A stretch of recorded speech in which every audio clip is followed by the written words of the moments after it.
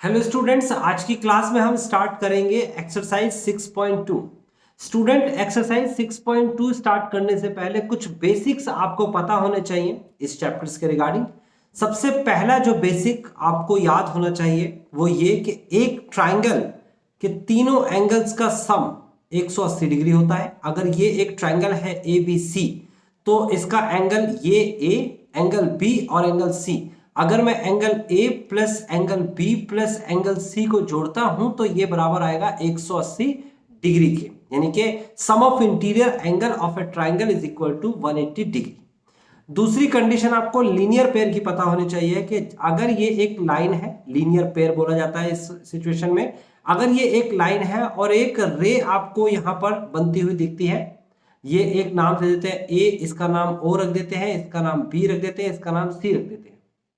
तो यहां पर अगर मैं कहूं एंगल, तो ये वाला एंगल जिसका नाम है AOB, एंगल AOB, एंगल का नाम रखना आपको आना चाहिए स्टूडेंट्स, प्लस एंगल BOC, ये B है, ये O है, ये C है, दोनों का सम बराबर 180 होता है। इसे कहते हैं लीनियर पेयर। क्या बोलते हैं इसे? इसे बोलते हैं लीनियर पेयर। तो आपको स्टूडेंट्स एक लीनियर पेयर के बारे में पता होना चाहिए। तीसरा आपको जो बेसिक पता होना चाहिए, जो 6.1 एक्सरसाइज मैंने कराई थी उससे पहले कराया था, और वो है आपके पास अगर कहीं भी आपको ऐसा क्रॉस दिख जाए, दो लाइंस के बीच में क्रॉस होना चाहिए, प्रॉपर क्रॉस होना चाहिए, तो जो अपोजिट एंगल है ये वाले एंगल्स, ये दोनों के दोनों इक्वल होते हैं। अगर ये x है तो ये भी x होगा। इसे कहते हैं vertical opposite angle, vertically opposite angle.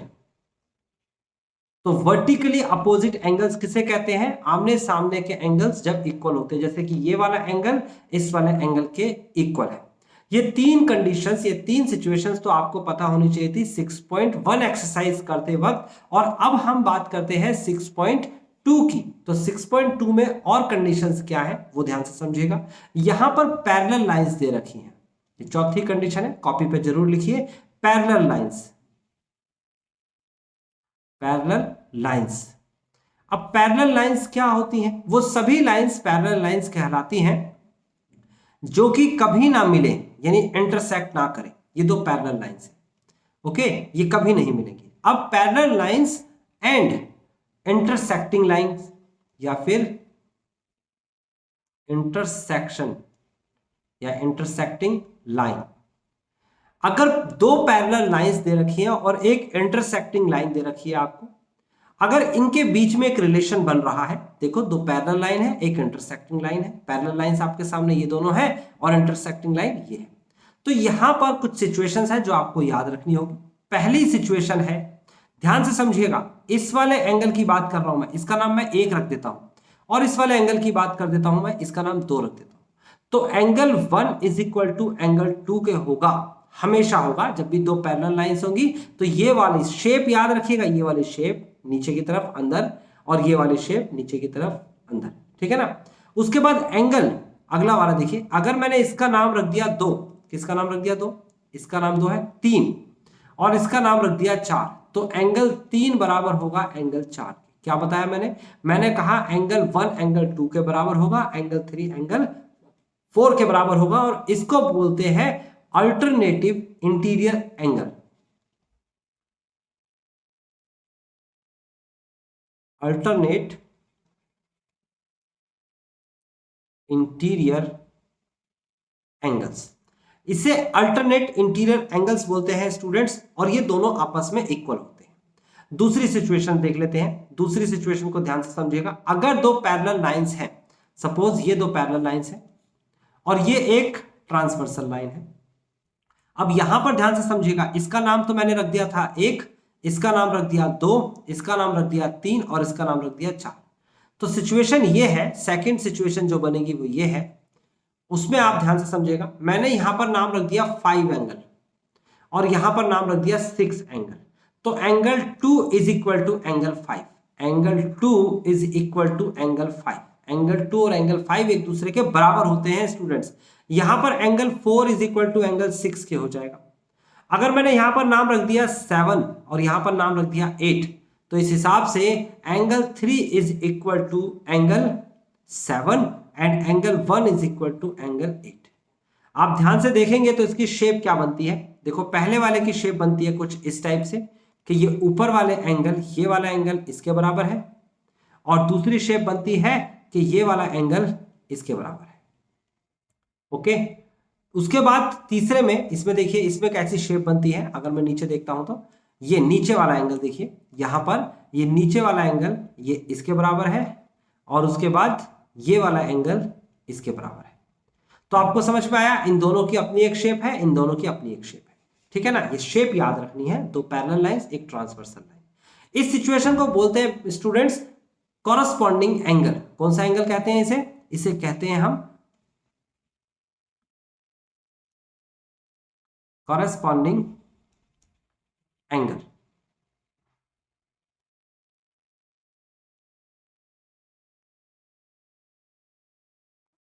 Corresponding angles, आपको समझ में आ गया स्टूडेंट्स। अब इसके बाद आते हैं हम तीसरे के पास। तीसरा नंबर क्या है? तीसरा नंबर है हमारे पास, अगर ऐसी ही शेप दे रखी है आपको, दो पैरेलल लाइंस दे रखी है, एक ट्रांसवर्सल लाइन दे रखी है, तो इस केस में ये वाला एंगल और ये वाला एंगल दोनों को अगर हम ऐड करते हैं, इसका नाम रखा गया था वही नाम रख लेते हैं 2 और 3। ये 2 है, ये 3 है, इसका नाम 1 है, इसका नाम 4 है। तो 2 plus 3, angle 2 plus angle 3 is equal to होता है 180, और यहां पर angle 1 plus angle 4 is equal to होता है 180 डिग्री। तो स्टूडेंट्स इसे कहते हैं interior angles of the same side is equal to 180। Interior angle of the same side, interior angles of the same side, तो एक ही साइड के इंटीरियर एंगल्स का सम 180 डिग्री होता है। ये 3 बेसिक कंडीशंस आपने स्टूडेंट्स और एडअप कर लेनी है। किसके साथ? इन 3 कंडीशंस के साथ, और 3 कंडीशंस एडअप कर लेनी है। 5 चौथे नंबर की, ये 5वें नंबर की सिचुएशन है। अच्छा, ये पैरेलल लाइंस में आ गया, इसमें फर्स्ट, सेकंड और थर्ड, यानी कि 6 सिचुएशन हो गई। अब जल्दी से इसे कॉपी कर लीजिए और पहला क्वेश्चन करके दिखाइए। जो वैल्यू पूछी जा रही है आपसे, एक्स और वाई की वैल्यू पूछी जा रही है, जल्दी से खुद से करके दिखाएं, फिर अगर आपसे नहीं होता है तो मेरे क्वेश्चन से मैच कर लें।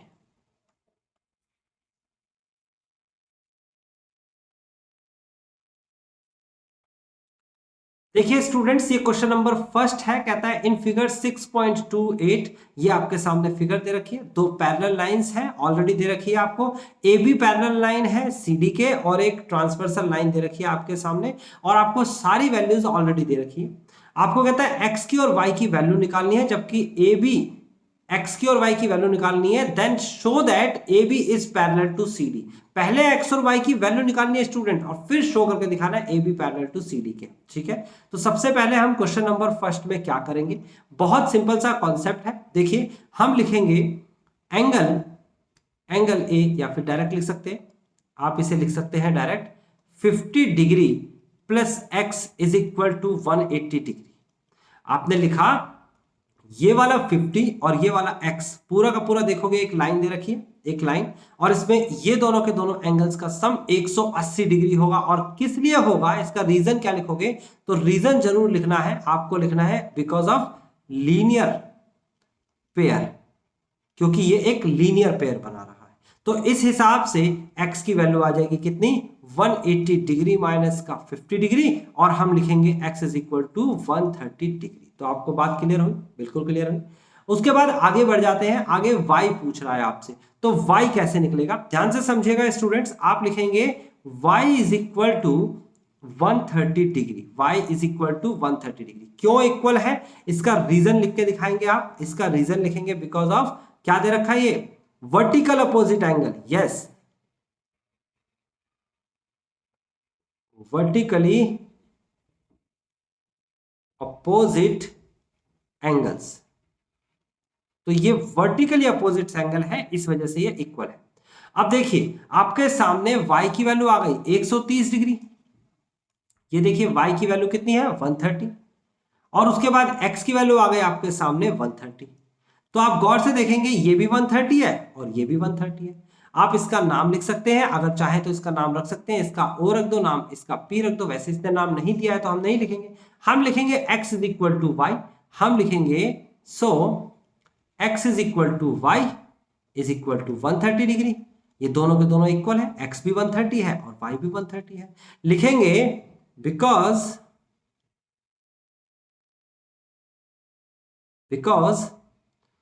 कौन सा एंगल हो गया, alternate interior angle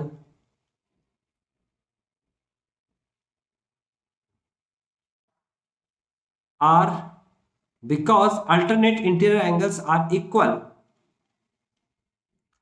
then AB parallel to CD and यहां पर आपके सामने दे रखा है a transversal line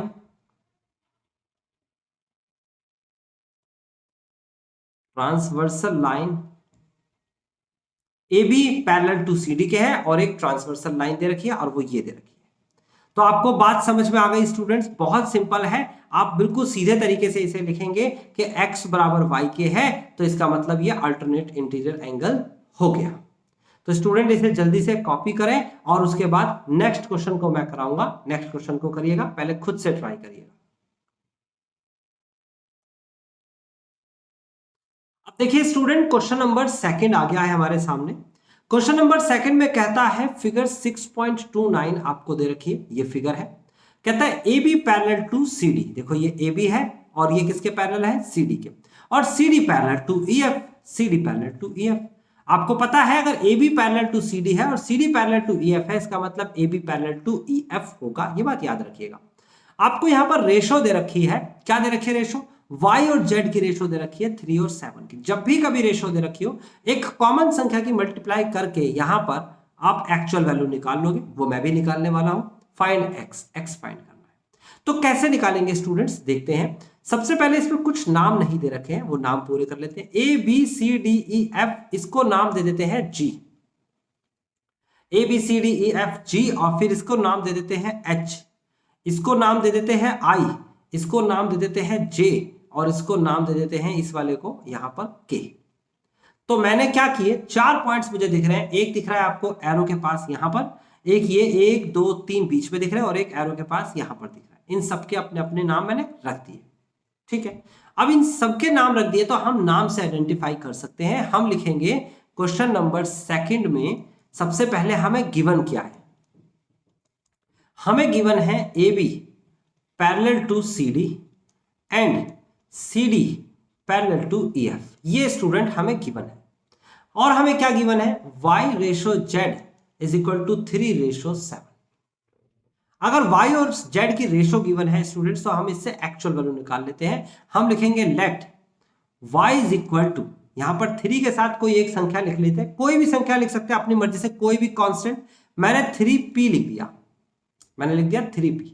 p is any constant, p is any constant, यानी कि कोई भी संख्या हो सकती है। p की वैल्यू 1 भी हो सकती है, p की वैल्यू 2 भी हो सकती है, p की वैल्यू 3 भी हो सकती है, p की कोई भी वैल्यू हो सकती है। तो हमने लिखा कि 3 के साथ p की मल्टीप्लाई करने पे एक्चुअल y आ जाता है। ऐसे ही एक्चुअल z निकालने के लिए हमें क्या करना है, हमें 7 के साथ p, क्योंकि कॉमन संख्या है जो 3 के साथ है वो 7 के साथ अगर हट गई है तभी तो 7 और y का रेशो आया है यहां पर। तो आपके सामने एक्चुअल y और एक्चुअल z आ गया। अब आपको क्या करना है, आपको सिंपल सी वैल्यू करनी है फाइंड। हम क्या करेंगे, हम लिखेंगे CIH, हम लिखेंगे यहां पर एंगल C, पहले I, H को लिख लेते हैं, CIH बराबर है एंगल DIJ, DIJ।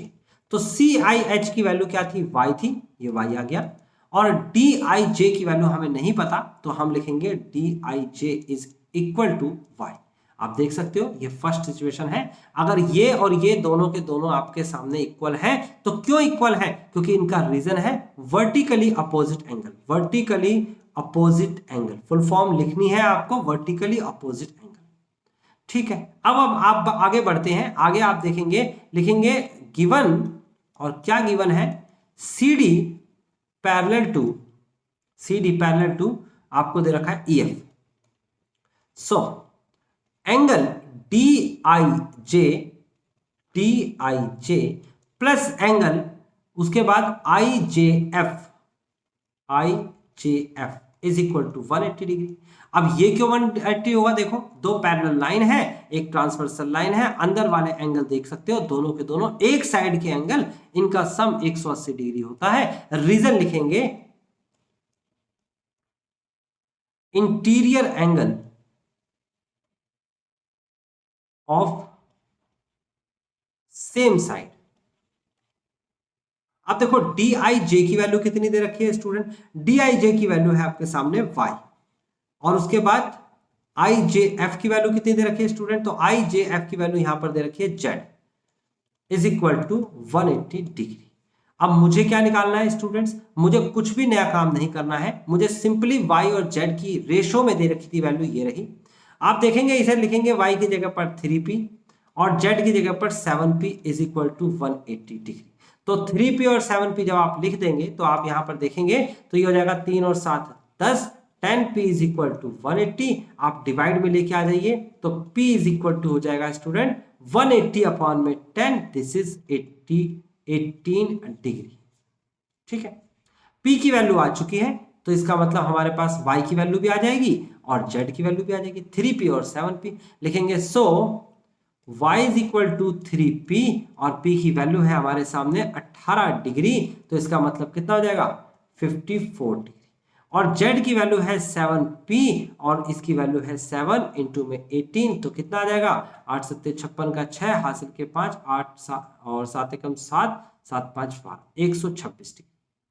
y और z की वैल्यू तो आपके सामने आ गई, लेकिन पूछी क्या जा रही थी? x की वैल्यू पूछी जा रही थी। अब x ढूंढिए, कहाँ x ये रहा। तो आप क्या करेंगे, देखिए आप देखेंगे AB और CD दोनों पैरेलल है, क्वेश्चन में दिया है, तो इनके भी इंटीरियर एंगल्स का सम 180 डिग्री होगा। हम लिखेंगे because y plus z is equal to 180 degree. और क्यों 180 डिग्री होगा? आप इसका रीजन जरूर लिखेंगे। क्या लिखेंगे? इंटीरियर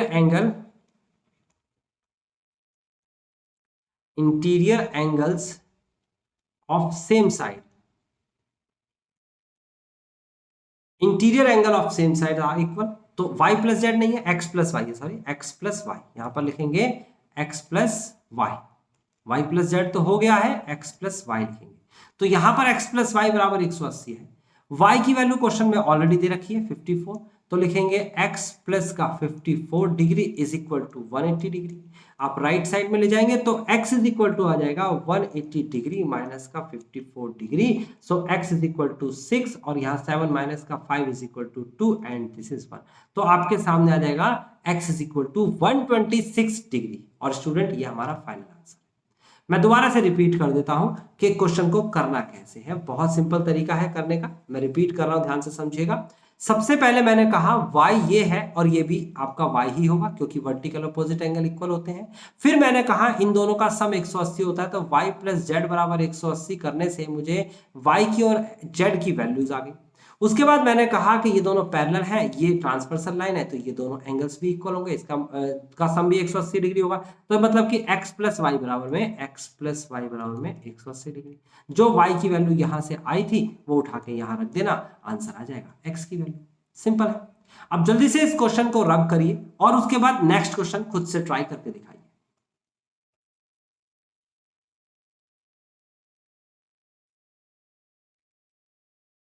अब देखिए स्टूडेंट्स, यहां पर क्वेश्चन नंबर 3 में क्या दिया गया है। कहता है इन फिगर 6.30, ये 6.30 की फिगर है, A B parallel to C D, ये ए बी है और ये सी डी है, ये दोनों एक दूसरे के पैरेलल है। यहां पर कहता है E F perpendicular to C D, perpendicular का मतलब 90 डिग्री का एंगल, यानी कि ये है आपके पास ई एफ और इस सी डी पर परपेंडिकुलर है। एंड यहां पर एक और चीज दे रखी है जी ई डी बराबर 126। देखो जी ये रहा, ई ये रहा और डी ये रहा, तो इसका मतलब ये पूरा एंगल जो है 126 डिग्री दे रखा है। ठीक है, अब हम क्या करेंगे इसे सॉल्व करते वक्त। थर्ड क्वेश्चन में आपसे कहता है ए जी ई निकालना है, ए जी ई, तो बहुत आसान है। आप लिखेंगे गिवन, और क्या गिवन है? गिवन है A B parallel to C D and G F G E sorry GE is a transversal line.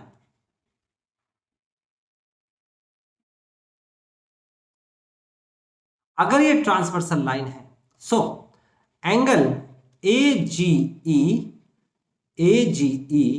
Is equal to angle AGE is equal to ये वाला एंगल, यानी ये वाला GED ये वाले एंगल के बराबर है। तो आपको पता है GED कितना दे रखा है, ये है 126 डिग्री। और इसका रीजन क्या देंगे भाई, इसका रीजन देंगे alternative interior angles. Full form लिखनी है, अल्टरनेटिव इंटीरियर एंगल्स को हम बोलते हैं क्या, ये वाली कंडीशन जो आपके सामने। ओके, अब आगे क्या पूछता है, GEF पूछता है। G ये रहा, E ये रहा और F ये रहा, यानी कि ये बीच वाला एंगल। अरे ये तो बहुत आसानी से निकल जाएगा। देखिए इसने कहा है कि ये जो परपेंडिकुलर है मतलब ये 90 है, इसने कहा ये पूरा एंगल जो है वो 126 है। 126 में से अगर आप 90 को लेस करेंगे तो जो बचेगा 36 वो आएगा इसका एंगल। तो इसको लिखेंगे कैसे, आप लिखेंगे गिवन, क्या गिवन है, angle FED is equal to 90 degree. और क्या रीजन है इसका 90 लिखने का, इसका रीजन ये है बिकॉज इसने कहा है EF परपेंडिकुलर टू CD, इस रीजन की वजह से ये 90 हो गया। और क्या गिवन है, हमें गिवन है एंगल GED बराबर 126, ये गिवन है। So angle GEF is equal to angle GED minus angle FED। तो GED की वैल्यू कितनी है, 126 डिग्री। FED की वैल्यू कितनी है, 90 डिग्री। सॉल्व करेंगे तो कितना आएगा, 36 डिग्री। और ये है GEF। तो ये बात भी समझ में आ गई। अगला क्वेश्चन में पूछता है FGE निकालना है। F ये रहा, G ये रहा, E। अरे भाई बहुत सिंपल है, अगर आपको ये निकालना है, ये ऑलरेडी दे रखा है 126, तो लीनियर पेयर हो गया ना। यहां पर लीनियर पेयर लिखेंगे, यहां पर आप लिखेंगे कि AG और F एक लाइन है, लिखेंगे बिकॉज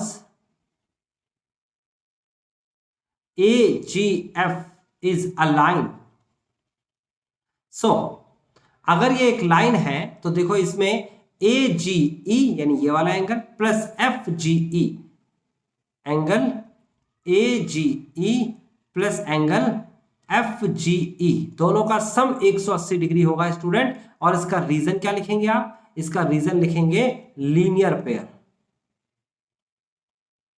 पेयर।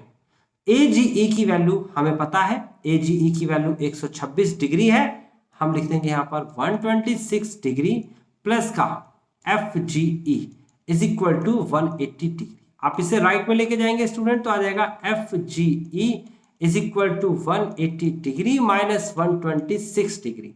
तो कितना हो जाएगा, FGE इज इक्वल टू, आप घटाएंगे तो 4 आएगा और 7 में से 2 गया तो 5 आएगा। And this is 54 degree and this is the final answer. तो एक आंसर आपका आया इसका 54 डिग्री, एक आंसर आया इसका आपका 36 डिग्री, एक आंसर आया इसका 126 डिग्री। देखिए आंसर्स आपके मैच करें या नहीं करें। अगर आपको समझ में नहीं आया, वीडियो को दोबारा देख लें, इस क्वेश्चन को दोबारा देख लें और एक एक करके स्टेप बाय स्टेप करें। आप जल्दी से इस वीडियो को पॉज करें और अगले क्वेश्चंस को खुद से ट्राई करें।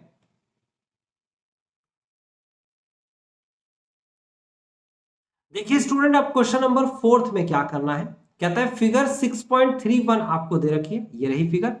आपको कहता है PQ और ST पैरेलल है। देखो ये PQ है, अगर इसे आप बढ़ा देंगे आगे ऐसे तो ये पूरी की पूरी लाइन और ये पूरी की पूरी लाइन एक दूसरे के पैरेलल है। कहता है PQR जो है 110 है, आपके सामने लिखा हुआ दिख रहा है। RST आपके सामने दे रखा है कितना, 130 डिग्री। QRS निकालना है, यानी कि ये बीच वाली लाइन, बीच वाला एंगल आपको निकालना है। तो स्टूडेंट कैसे निकालेंगे, ध्यान से समझिएगा, बहुत इजी है। सबसे पहले आप 4th क्वेश्चन में लिखेंगे, एक ड्रॉ करते हैं कंस्ट्रक्शन। पहले गिवन क्या है, गिवन है हमें PQ पैरेलल टू ST। दूसरी चीज गिवन है angle PQR is equal to 110 degree. तीसरी चीज गिवन है हमें and angle R S T is equal to 130 degree. ये तीन चीजें हमें गिवन है। अब हम यहां पर एक कंस्ट्रक्शन भी करेंगे। पहले तो हमें फाइंड क्या करना है देख लेते हैं। फाइंड करना है क्यू आर एस।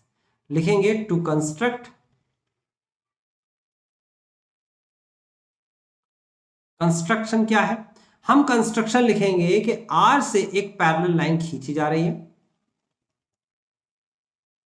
जिसका नाम रख देते हैं P Q R S T U V, U और we.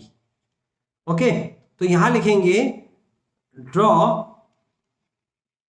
A line UV parallel to P Q parallel to S T, यानी कि इसके और इसके दोनों के पैरेलल एक लाइन खींच दी गई।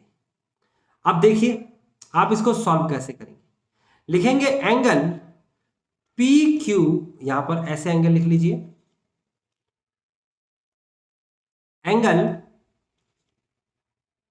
Q R U is equal to P Q R, not is equal to plus P Q R, plus P Q R is equal to 180 degree. ध्यान से समझिए मैं क्या कह रहा हूं। दो पैरेलल लाइन है, एक ट्रांसवर्सल लाइन है, तो ये वाला एंगल और ये वाला एंगल दोनों का ऐड करने से 180 डिग्री आएगा। और इसका रीजन क्या है, इसका रीजन बिल्कुल क्लियर है। इसका रीजन है alternative, sorry not alternative, interior angles of same side. क्या रीजन है इसका, interior angles of same side. Because आप लिखेंगे because P Q parallel to U V and Q R is a transversal line, is a transversal line. So आपको क्या reason लिखना है, interior angles of same side, आपका सम is equal to 180। अब देखो आपको निकालना क्या है स्टूडेंट, आपको निकालना था क्यू आर यू प्लस का ये वैल्यू क्या है, ये वैल्यू दे रखी है 110 डिग्री बराबर 180 डिग्री। राइट साइड में ले जाएंगे तो कितना आ जाएगा, Q R U is equal to 180 degree minus 110 degree, और घटाएंगे तो आ जाएगा Q R U is equal to आ जाएगा 70 डिग्री। तो स्टूडेंट आपको समझ में आया 70 डिग्री कहां से आया, ये कोई ऑब्जेक्शन नहीं होना चाहिए। ओके, अब आगे बढ़ जाते हैं। आगे देखिए आपको यहां पर भी दो लाइन पैरेलल दिख रही है और एक लाइन ट्रांसवर्सल दिख रही है, तो ये वाला एंगल और ये वाला एंगल का सम भी 180 डिग्री ही होगा। तो लिखेंगे आप कौन सा एंगल है, S R V, angle S R V plus का एंगल, दूसरा एंगल है आपके पास क्या, आर एस टी बराबर 180 डिग्री। और रीजन क्या लिखेंगे इसका, रीजन लिखेंगे बिकॉज कौन कौन सी लाइन पैरेलल है, एस टी और यूवी पैरेलल है ना, एस टी यूवी, और एस आर जो है ट्रांसवर्सल लाइन है, S T parallel to UV and S R is a transversal line. So इसीलिए क्या लिखेंगे, interior angles of same side, ये रीजन लिख देंगे आप, और रीजन के बाद आपका ये इज इक्वल टू कितना होता है, दोनों का इंटीरियर एंगल्स का सम 180। तो पहली वाली कंडीशन यानी कि एस आर वी आपको निकालना है, एस आर वी, और आपको दूसरी कंडीशन यानी कि आर एस टी दे रखी है, आर एस टी की वैल्यू कितनी दे रखी है आपको 130 degree is equal to 180। Right side में ले जाएंगे तो S R V is equal to हो जाएगा 180 माइनस 130 डिग्री, तो S R V is equal to आ जाएगा आपके सामने 50 डिग्री।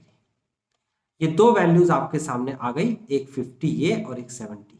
क्या क्या आया है मैं फिर से बता देता हूं आपको। देखिए ये देखिए आपको, और से सबसे पहले आपने ये एक पैरेलल लाइन खींची जिसका नाम यू और वी रखा।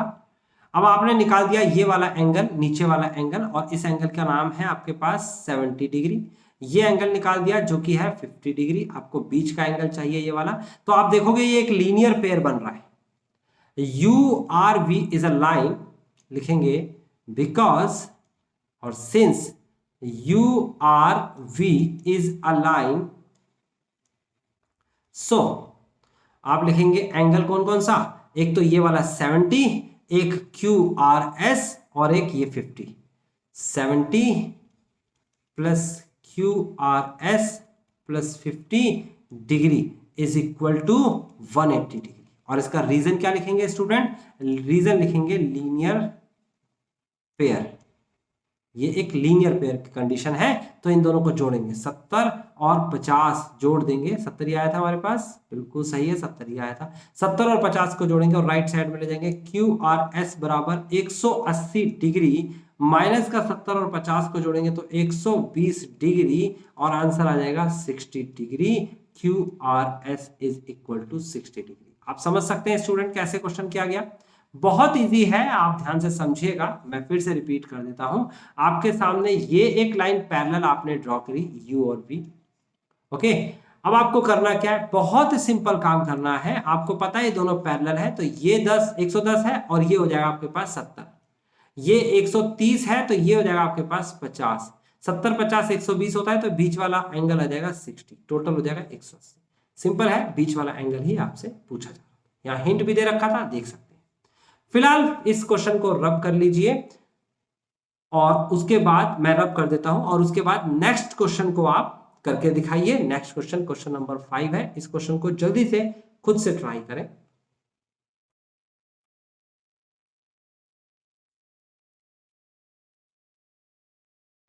स्टूडेंट अब हम चलते हैं क्वेश्चन नंबर 5 के पास। क्वेश्चन नंबर 5 में कहता है इन फिगर 6.32, ये आपके सामने फिगर दे रखी है, ये फिगर है आपके सामने। कहता है A B is parallel to C D. देखो ए बी है और सी डी है, एक दूसरे के पैरेलल है। A P Q is equal to 50 degree. A P Q, A ये रहा, पी ये रहा और क्यू ये रहा, ये 50 दे रखा है। उसके बाद पी आर डी, पी ये रहा आपके सामने, आर ढूंढिए, देखिए ये रहा और डी ये रहा, 127 दे रखा है। एक्स और वाई निकालना है। अब स्टूडेंट्स मैंने आपको प्रॉपर तरीके से करने का तरीका बता दिया है, जो आप पेपर में करते हो तो आपको प्रॉपर मार्क्स मिलेंगे, आप 9th स्टैंडर्ड के स्टूडेंट्स हो। लेकिन आपको प्रॉपर करने से पहले आइडिया लग जाना चाहिए कि इसका आंसर क्या आएगा। तो मैं अब इस क्वेश्चन में आपको आइडिया बता देता हूं, प्रॉपर तरीके से वर्ड टू वर्ड आपको लिखना पता लग गया है, आप उसे लिख लीजिए। देखिए एक्स और वाई कैसे निकलेगा, आप देखेंगे तो दो पैरेलल लाइन आपको दिख रही है, ए बी और सी डी, और एक ट्रांसवर्सल लाइन भी दिखनी चाहिए आपको, पी आर, ये ट्रांसवर्सल। तो स्टूडेंट जब दो पैरेलल लाइन दिख रही है, एक ट्रांसवर्सल लाइन दिख रही है, तो यहां देखिए ट्रांसवर्सल लाइन से पूरा बना हुआ एंगल ये, और इधर बाहर की तरफ वाला एंगल ये दिख रहा है आपको, अंदर वाला एंगल और बाहर, ये दोनों एंगल्स इक्वल होंगे। याद रखना ये पूरा एंगल इस पूरे एंगल के इक्वल होगा और इसका रीजन होगा अल्टरनेटिव इंटीरियर एंगल। तो मैं इसे शॉर्टकट कर देता हूं ताकि आपको थोड़ा कंफ्यूजन ना हो। मैं लिख देता हूं, 5th क्वेश्चन की बात है, 50 degree plus y is equal to 120 degree के, और रीजन क्या है, रीजन है अल्टरनेट इंटीरियर एंगल। स्टूडेंट कई स्टूडेंट गलत तरीके से अल्टरनेट इंटीरियर एंगल देखते हैं। मैं फिर बता देता हूं, दो पैरेलल लाइन है, एक ट्रांसवर्सल लाइन है, तो अल्टरनेट इंटीरियर एंगल क्या कहलाएगा, ये पूरा एंगल यहां से लेकर यहां तक जाता हुआ, जो ट्रांसवर्सल लाइन है वो और जो पैरेलल लाइन है वो। ऐसे यहां देखिए, यहां से एक लाइन आ गई ट्रांसवर्सल और पैरेलल, ठीक है ना, तब जाके बराबर होगा। कई स्टूडेंट इसे बना लेते हैं, ये वाला एंगल और ये वाला एंगल, ये वाला एंगल बराबर कर देते हैं इसके, जो कि गलत है, ऐसा मत करिएगा। किस तरीके से होता है वो मैंने आपको बता दिया है। आपके सामने y की वैल्यू निकालनी है, कैसे निकालेंगे y की वैल्यू, राइट साइड में ले जाएंगे 120 डिग्री माइनस 50 डिग्री और y इज इक्वल टू आ जाएगा आपके सामने 70 डिग्री। तो y की वैल्यू तो आ गई।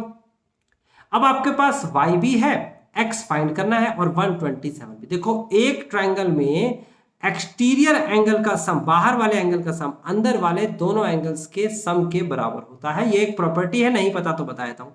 ये एक ट्रायंगल है ए बी सी, किसी भी एक साइड को बढ़ा दीजिए, बीसी को बढ़ा के मैं आगे बाहर ले गया, तो बाहर वाला जो एंगल है यानी कि ये वाला एंगल, ये बराबर होगा अंदर वाले इन दोनों एंगल्स के। इसका नाम अगर मान लीजिए x और y रख दिया और इसका नाम z, तो z बराबर x प्लस वाई, कोई से भी बाहर वाला एंगल। यानी कि अगर मैं दूसरा ट्रायंगल आपके सामने बनाऊं, ये रहा, और अब की बार ABC में मैंने BC को ना बढ़ा के AC को बढ़ा दिया, तो AC को बढ़ाया तो बाहर वाला एंगल ये हो गया, और दोनों का सम इस वाले इंटरनल के अपोजिट, ये वाला इसका खुद का साथ वाला है ना, एडजेसेंट, और ये अपोजिट है, इनके सम के बराबर होता है। तो हम क्या करेंगे, इस कंडीशन को फॉलो करेंगे।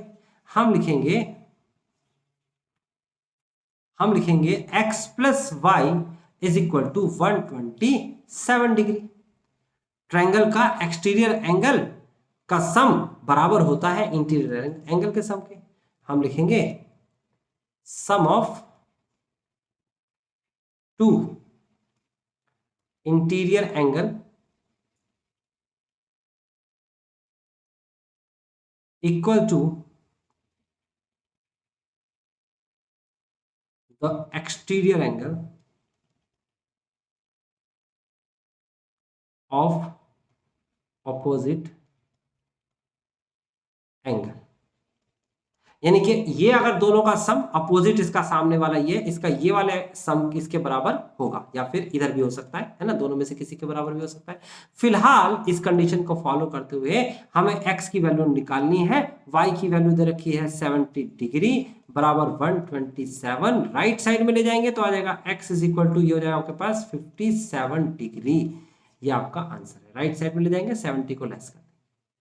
तो स्टूडेंट आपको मैंने ये शॉर्टकट में बताया, रीजन भी लिख दिया, लेकिन आपको प्रॉपर तरीके से भी लिखना होगा ताकि आपके मार्क्स मिल सके अगर आप स्कूल में पढ़ रहे हैं तो। जल्दी से वीडियो को पॉज करें और उसके बाद इस एक्सरसाइज का और इस वीडियो लेक्चर का लास्ट क्वेश्चन नंबर 6 करके दिखाएं। अब आ गए हैं स्टूडेंट्स हम क्वेश्चन नंबर 6 के पास। क्वेश्चन नंबर 6 में कहता है इन फिगर 6.33, ये 6.33 फिगर है, ध्यान से समझिएगा क्वेश्चन को। पहले यहां पर लिखा हुआ है PQ and RS are two mirror. अब स्टूडेंट्स ये मिरर का कॉन्सेप्ट आपने 8th क्लास में पढ़ा होगा, साइंस में प्लेन मिरर पढ़ा होगा। ये वही कॉन्सेप्ट को यहां पर मैथ्स में यूज किया जा रहा है।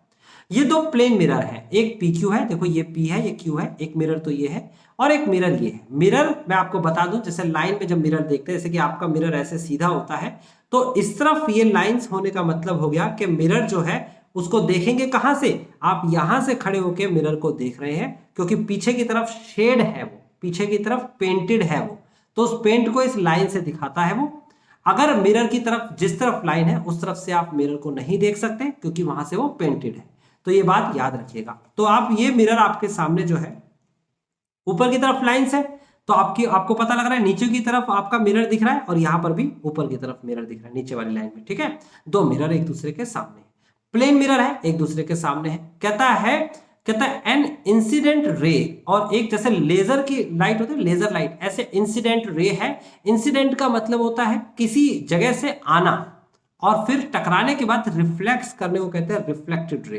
तो फिलहाल ये रे आ रही है, कहां से आ रही है, ए से आ रही है। देखो ये आई, आने के बाद कहां पर टकराई, ये टकराई इस मिरर को बी पर, और टकराने के बाद ये घूम जाएगी। तो स्टूडेंट जैसे ही रे घूमेगी वहां एक नॉर्मल बनेगा। क्या बनेगा, नॉर्मल। ये आपने पढ़ा होगा, नॉर्मल मतलब परपेंडिकुलर लाइन को कहते हैं नॉर्मल, हिंदी में कहते हैं जो इंटरसेक्ट करता है, यानी कि प्रतिच्छेदी रेखा, इंटरसेक्टिंग लाइन। अगर एक मिरर है, ये रहा एक मिरर है और ये मिरर इस तरफ से मैंने शेड कर दिया, यहां से कोई भी रे, कोई भी लाइन यहां से आके टकराती है। रे का मतलब हो गया कि अगर कोई भी रोशनी यहां से आती है, टकराने के बाद जैसे ही वो मुड़ेगी, तो जहां पर भी मुड़ रही होगी, यहां इस पॉइंट पर, इस पोल पर कहते हैं, यहां पर एक नॉर्मल बनेगा इस टाइप से। देखो ये बीच में से एक लाइन चली जाएगी, परपेंडिकुलर लाइन, ये परपेंडिकुलर होगी 90 डिग्री वाली। और स्टूडेंट्स ये जो लाइन है जिसे हम नॉर्मल बोल रहे हैं, ये लाइन डिवाइड कर देगी इस आती हुई रेखा, यानी कि ये जो आती हुई रे है और जाती हुई रे को बराबर बराबर दो भागों में, यानी कि ये वाला एंगल इस वाले एंगल के बराबर होगा। क्या समझ में आया कि कभी भी कोई प्लेन मिरर किसी भी सिचुएशन में हो, जैसे कि मान लो ये एक सिचुएशन दे रखी है आपको, ये आपको ऊपर की तरफ शेड है यानी कि नीचे की तरफ, तो नीचे से एक रे आई, आने के बाद टकराई, टकराने के बाद चली गई, ये चली गई ऐसे। आई, टकराई और चली गई। अब यहां से एक नॉर्मल ड्रॉ होगा। क्या ड्रॉ होगा? नॉर्मल, मतलब परपेंडिकुलर लाइन ड्रॉ होगी और वो परपेंडिकुलर लाइन इस एंगल को और इस एंगल को बराबर बराबर बांट देगी। ठीक है, तो यहां पर भी हम यही कॉन्सेप्ट लगाने वाले हैं। ये 8th क्लास के प्लेन मिरर में आपको बताया गया है। प्लेन मिरर 8th क्लास में था, ध्यान रखना, और वहां पर ये कॉन्सेप्ट आपको बताया गया। तो जब ये यहां पर टकराई है तो यहां से एक नॉर्मल लाइन ड्रॉ हो रही होगी, मैंने वो नॉर्मल लाइन ड्रॉ कर दी। ओके, ये नॉर्मल लाइन, और फिर उसके बाद रिफ्लेक्ट होने के बाद दूसरे मिरर से टकराएगी, तो जहां पर टकराएगी वहां पर भी एक नॉर्मल लाइन आएगी। ये मैंने नॉर्मल लाइन ड्रॉ कर दी। ये दोनों परपेंडिकुलर हैं, याद रखना, और दोनों नॉर्मल लाइंस हैं परपेंडिकुलर। याद रखिएगा, ये दोनों लाइंस जो है क्या है, अपने अपनी जगह पर परपेंडिकुलर है और ये नॉर्मल लाइंस कहलाएंगे। ठीक है, और यानी कि इसका एंगल बराबर होगा। आप नाम रखेंगे, यहां पर आप नाम क्या रखेंगे? आप लिखेंगे एंगल 1 और एंगल 2, ये दोनों बराबर है। यहां पर एंगल 3 और एंगल 4, ये दोनों बराबर है। यानी कि आप लिखेंगे angle 1 is equal to angle 2 and angle 3 is equal to angle 4। और रीजन आपको पता लग गया है, क्योंकि ये दोनों की दोनों क्या है? नॉर्मल लाइन है, और नॉर्मल लाइन क्या करती है? एक दूसरे को बाइसेक्ट करती हैं एंगल्स वाइज। ठीक है, आगे आपसे कहता है रिफ्लेक्ट करती है, वापस आते प्रूफ करके दिखाना है ABCD के पैरेलल है। ठीक है, ABCD के पैरेलल प्रूफ करके दिखाना है। तो कैसे प्रूफ करेंगे वो ध्यान से समझ। हम लिखेंगे इस लाइन का नाम जो हमने ड्रॉ करी है, हम लिखेंगे कंस्ट्रक्शन में draw normal lines. Normal lines, उसका नाम रख दीजिए, इसका नाम रख दीजिए LM और LMNO।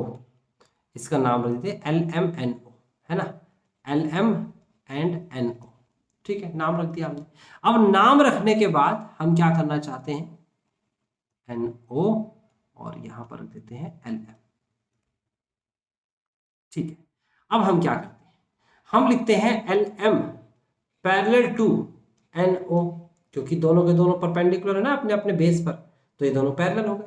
ठीक है, and BC is a transversal line. BC एक ट्रांसवर्सल लाइन है। इस केस में angle 1 is equal to angle 3 होगा कि नहीं होगा? बिल्कुल होगा। Angle 1 is equal to angle 3 के होगा। और रीजन क्या लिखोगे? रीजन लिखोगे alternative interior angle. Alternate interior angles are equal. अब देखो एंगल 1 की जगह पर आप लिख सकते हो एंगल 2। कैसे? ये देखिए, एंगल 1 की जगह पर लिख सकते हैं एंगल 2। एंगल 3 की जगह पर आप लिख सकते हैं एंगल 4। कैसे? यहां से देखिए angle 3 is equal to angle 4। अभी बताया मैंने आपको, नॉर्मल्स में इक्वली डिवाइड होता है। तो ये कंडीशन आपके सामने हो गई है ना। आप लिख सकते हो फर्स्ट एंड सेकंड, लिखेंगे फ्रॉम फर्स्ट एंड सेकंड, इन दोनों से आया। अब इन दोनों को अगर हम ऐड करते हैं, लिखेंगे बाय एडिंग वी गेट, हमें क्या मिलेगा? अगर हम ऐड करेंगे स्टूडेंट, तो देखिए angle 1 plus angle 2 is equal to angle 3 plus angle 4, और एंगल 1 और 2 को जोड़ देते हैं, ये पूरा एंगल बन जाएगा ABC। एंगल ABC बन जाएगा। और अगर मैं 3 और 4 को जोड़ देता हूं तो BCD बन जाएगा, एंगल BCD बन जाएगा। और आप देखेंगे यहां से कि अगर ये दोनों एंगल्स इक्वल हैं और ये दोनों लाइंस पैरेलल होंगी, ये ट्रांसवर्सल लाइन लिखेंगे। सो AB पैरेलल टू CD, और यहां पर लिखेंगे converse of alternative interior angle. Alternative interior angle का कन्वर्स, जैसे कि मैंने कहा कि दो लाइंस अगर पैरेलल है, एक लाइन अगर उसे कट करती हुई जा रही है, तो ये दोनों एंगल्स इक्वल होंगे। अगर मैं कहूं आपसे कि ये दोनों एंगल्स इक्वल हैं, इसका मतलब ये हुआ कि ये दोनों लाइंस पैरेलल हैं, तो उसी हिसाब से कन्वर्स कर दिया, उल्टा कर दिया। तो स्टूडेंट्स, आज की क्लास में मैंने आपको कहा है एक्सरसाइज करनी है, जो कि खुद से ट्राई करनी है। आपको खुद से करने का तरीका आपको आना चाहिए। आज की क्लास यहीं फिनिश करते हैं, ये एक्सरसाइज कंप्लीट हो चुकी है। अब मिलते हैं हम नेक्स्ट क्लास में नेक्स्ट एक्सरसाइज के साथ।